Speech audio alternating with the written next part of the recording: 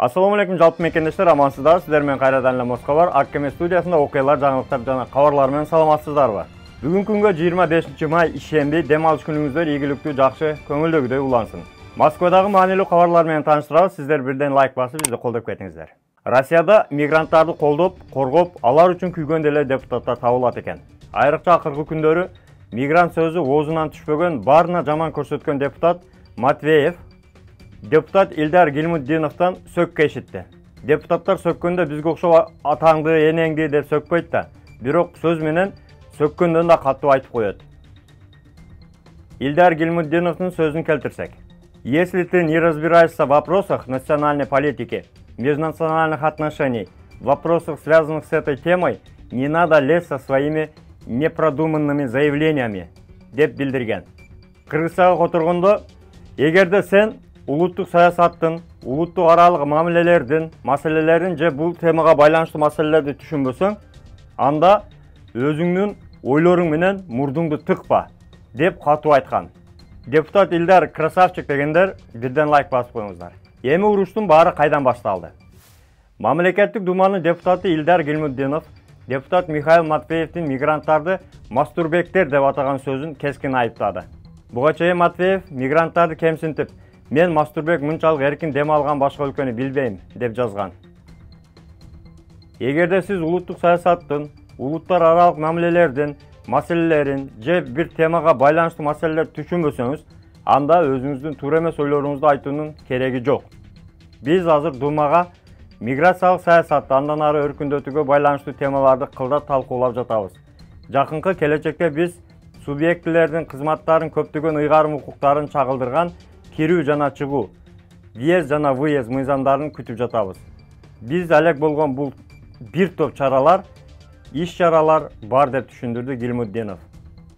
Бизде улуттар аралык сабырсыздыкка дуушар болгон көйгөйлөргө байланыштуу теманы көтөрүүгө жол бербейт. Балким кандайдыр бир көйгөйлөрдүн фонунда ушундай жалган патриот болгусу келип жаткандыр, деди ал Матвеев жөнүндө. Мындай сабатсыз билдирүүлөргө комментарий берүү мен үчүн абдан кыйын деп айтты. Парламентарий Орусияда 200-гө жакын ар улуттун өкүлдөрү жашай турганын эске салды. Гилмутдиновдун айтымында башка улутту кемсинткен билдирүүлөргө такыр орунсуз. Атай кетсек, Матвеев 23 январда Рамзан Кадыровдон дагы ушундай бир сөккө ишиткен эле. Андан кийин ал кечирим сурап пост жазган. Бирок дагы деле акылына кирбептир да. Ушундай мекендештерди колдогон депутаттар көбөйө берсин деп бирден лайк басып, жакшы сөз жазып кетиңиздер.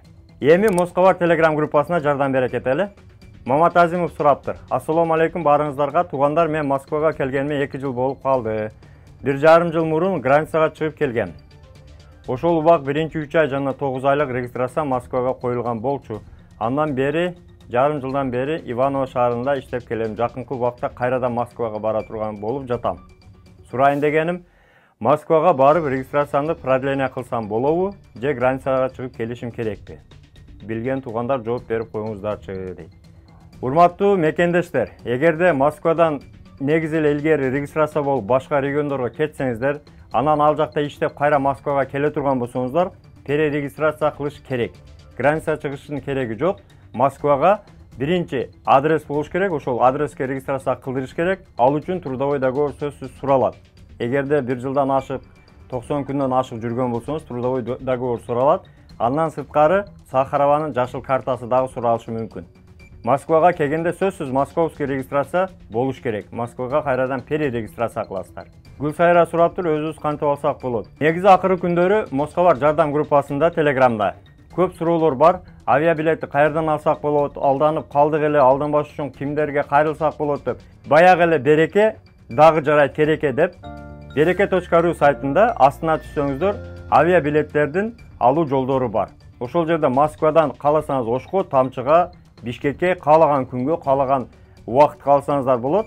Андан сырткары ал жерде ишенимдүү.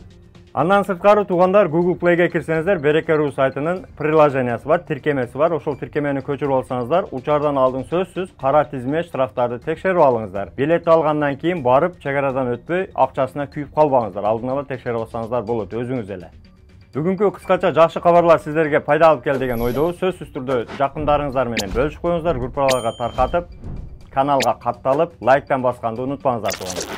Kança daha bötön жерде өзүңүздөргө саат документтерге так болуңуздар. Таза регистрация боюнча 8936 111 79 11 номерине кайрылсаңыздар болот. Мекенден жаңы келгендер үчүн 8929 975 89 79 номерине WhatsApp'tan жазыңыз. Демалыш күнүңүздөр көңүлдүү өтсүн. Бүгүн саат 18:00 Москва YouTube каналында дагы бир семейне барып эс ала турган өтө сонун бир жайды көрсөтөбүз. Андыктан саат 6-да дагы көрүп коюңуздар. Сөзсүз түрдө пайдасы тиет деген ойдобуз. Тапканыңыздарга береке, үй бүлөңүздөргө тынчылык, мекенге барыбыз эсен-аман баралы.